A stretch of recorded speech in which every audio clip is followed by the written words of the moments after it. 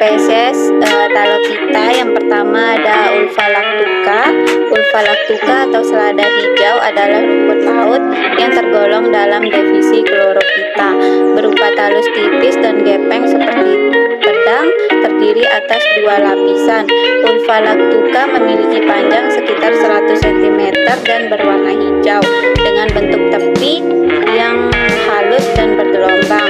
Perkembangbiakannya secara seksual dengan oospora dan sering dimanfaatkan sebagai salad, sayur, obat mimisan atau antipiretik. Yang kedua ada Turbinaria atau ganggang coklat. Turbinaria ini adalah genus rumput laut coklat yang dipengaruhi oleh komposisi pigmen yang ada di dalam tubuhnya.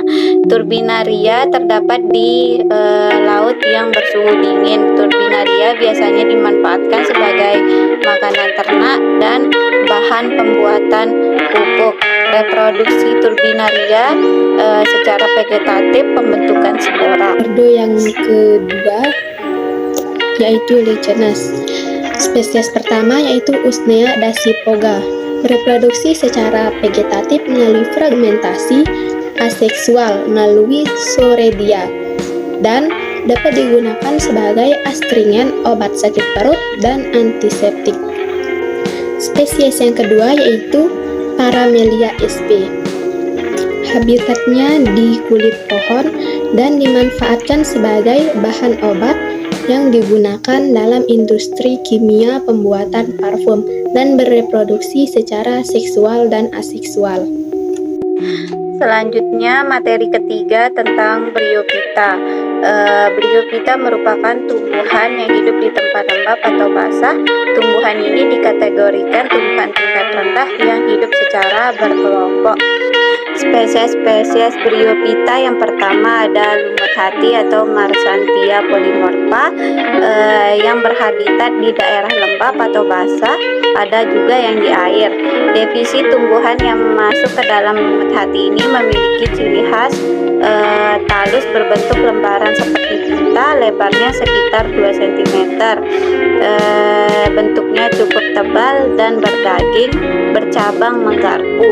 Pada bagian tengah talus terdapat rusuk tengah. Reproduksinya secara aseksual dan seksual. Secara seksual terjadi pembentukan gema atau regmentasi maupun spora. Yang kedua adalah sphagnum. Lumut sphagnum adalah lumut yang bertekstur kasar yang membentuk koloni datar di rawa. Sphagnum adalah salah satu di antara 151 genus dan 350 spesies lumut. Anggota genus ini dapat menahan sejumlah air di dalam selnya. Meskipun dapat menyerap air yang banyak, sphagnum tidak becek.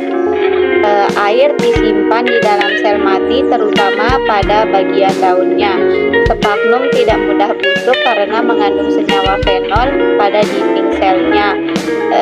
Sphagnum mengandung zat anti kuman sehingga dapat mencegah pertumbuhan mikroba dan jamur. Sphagnum juga mengandung mineral-mineral penting untuk pertumbuhan tumbuhan. Reproduksinya secara vegetatif. Yang ketiga ada Funaria. Funaria merupakan jenis umum dari lumut air yang tumbuh di tanah lembab, dinding lembab, dan celah-celah batu. Morfologi dari tumbuhan ini terdiri dari kalipra yang melindungi kapsul bagian atas. Kapsul sebagai tempat spora berkumpul.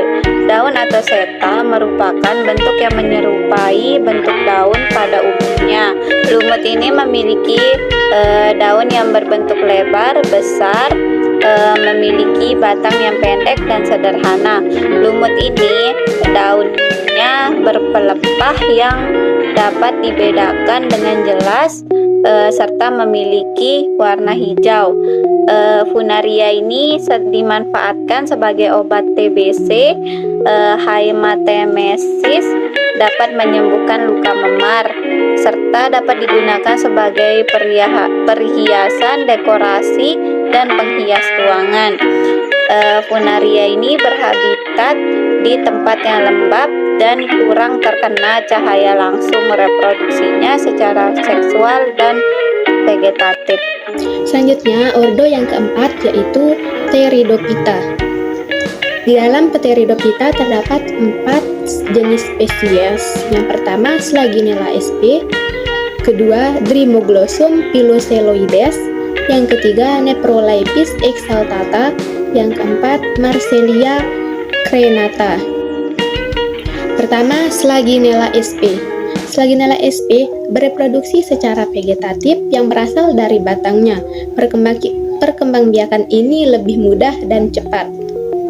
Dimanfaatkan sebagai obat tradisional untuk berbagai jenis penyakit, diantaranya obat hepatitis dan antioksidan. Spesies yang kedua yaitu Dreamoglossum piloceloides.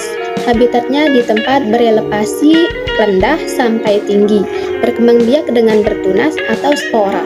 Fungsi tanaman ini dijadikan sebagai tanaman hias. Spesies yang ketiga yaitu Nephrolepis exaltata. Tumbuh di daerah tropis dan subtropis. Perbanyakan dilakukan dengan akar rimpang, namun relatif lambat perkembangannya.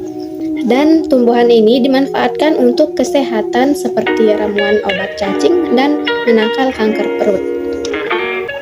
Yang keempat, Marselia crenata. Bereproduksi secara vegetatif dengan stolon. Tumbuhan ini sering dijumpai pada pematang sawah atau di saluran irigasi lainnya. Biasanya, tanaman Marselia crenata digunakan sebagai sayur. Contohnya, sayur bening dan pecel. Dan dimanfaatkan sebagai obat-obatan herba.